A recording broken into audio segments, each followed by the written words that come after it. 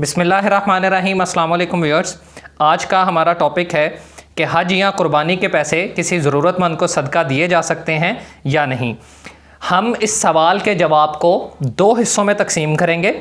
پہلا حصہ صدقہ اور دوسرا حصہ حج یا قربانی۔ سب سے پہلے ہم جو پہلا حصہ ہے صدقے کا، اس کو آپ کے ساتھ ڈسکس کریں گے۔ صدقے کے بارے میں قرآن پاک میں آتا ہے کہ اللہ رب العزت صدقہ کرنے والے شخص کو 700 گنا زیادہ اجر عطا کرتے ہیں۔ جو شخص اللہ کی راہ کے اندر اپنے مال کو خرچ کرتا ہے، اپنے مال کا اللہ کی راہ کے اندر صدقہ کرتا ہے، اللہ رب العزت اس کے مال کو ڈبل ٹرپل کر کے واپس کرتے ہیں۔ اللہ رب العزت صدقہ کیے ہوئے مال کو 700 گنا زیادہ بڑھا دیتے ہیں۔ اللہ کے ہاں اضافے کی کوئی حد نہیں ہے۔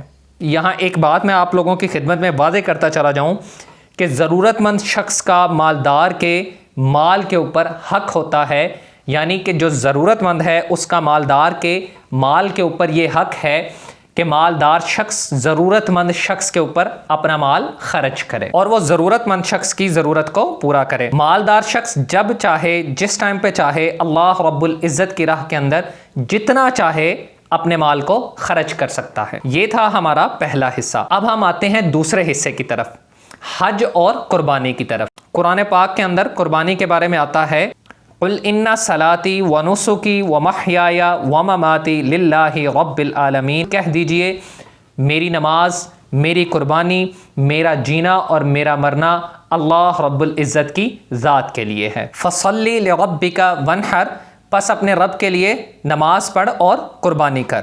ایک اور جگہ پہ آتا ہے وَمَن يُعَظِّمْ شَعَائِرَ اللَّهِ فَإِنَّهَا مِن تَقْوَى الْقُلُوبِ، جو شخص اللہ کے شاعر کی تعظیم کرے تو بے شک یہ دلوں کی پرہیزگاری سے ہے۔ اب حج، عمرہ اور قربانی یہ اللہ کے شاعر میں سے ہیں۔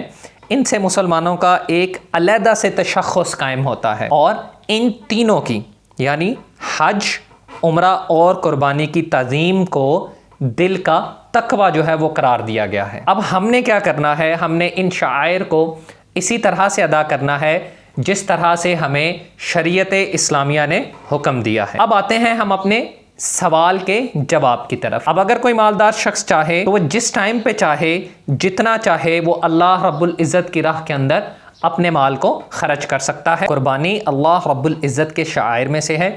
اب اگر کوئی مالدار شخص یہ کہے کہ میں قربانی نہیں کرتا، میں اپنی قربانی کے پیسے کسی دوسرے ضرورت مند شخص کو دے دیتا ہوں، تو اس کی یہ سوچ غلط ہے اور یہ شریعت مطہرہ کے خلاف ہے، کیونکہ رسول اللہ صلی اللہ علیہ وآلہ وسلم کا فرمان ہے کہ جو شخص استطاعت کے باوجود قربانی نہیں کرتا وہ ہماری عیدگاہ کے قریب نہ آئے۔ یعنی رسول اللہ صلی اللہ علیہ وآلہ وسلم نے اس شخص سے ناراضگی کا اظہار کیا ہے جو استطاعت کے باوجود قربانی نہیں کرتا۔ اب اگر کوئی شخص اس سوچ کے ساتھ اپنے حج کے پیسے کسی ضرورت مند کو دے دے کہ میں حج پہ نہیں گیا یا میں حج پہ نہیں جاتا اور میں ان پیسوں سے کسی ضرورت مند کی ضرورت کو پورا کر دیتا ہوں، تو اس سے میرا حج ہو جائے گا یا مجھے حج کا ثواب مل جائے گا، تو یہ بھی شریعت مطہرہ کی خلاف ورزی ہے۔ یعنی یہ شریعت کی خلاف ورزی ہے، یہ اللہ اور اس کے رسول کے فرمان کی خلاف ورزی ہے۔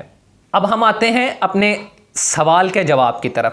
بنیادی طور پر میرے بھائیوں، اللہ کے شاعر کا، اللہ کے شاعر میں کون کون سی چیزیں آ رہی ہیں اس وقت؟ میں نے حج کا ذکر کیا، عمرے کا ذکر آپ کے ساتھ کیا ہے، قربانی کا ذکر کیا ہے۔ یہ اللہ تعالیٰ کے شاعر ہیں، ان کا دوسرے اعمال کے ساتھ تقابل ہی غلط ہے۔ اب اگر کوئی شخص یہ کہے کہ میں حج یا عمرے پہ نہیں جاتا اور اپنے حج یا عمرے کے پیسے کسی ضرورت مند شخص کو دے دیتا ہوں، کسی ضرورت مند کی حج یا عمرہ یا قربانی کے پیسوں سے میں کسی ضرورت مند کی ضرورت کو پورا کر دیتا ہوں، تو یہ رسول اللہ صلی اللہ علیہ وآلہ وسلم کے فرمان کی خلاف ورزی ہے، اور خیر القرون سے بھی یہ بات ثابت نہیں ہے۔ اگر آپ کو ہماری یہ ویڈیو اچھی لگے تو اس کو دوستوں کے ساتھ شیئر بھی کیجئے، ہمارے چینل کو بھی سبسکرائب کر لیں۔ جلد ہی ہم ایک نئے ٹاپک کے ساتھ آپ کی خدمت میں حاضر ہوں گے، تب تک کے لیے ہمیں اجازت دیجیے۔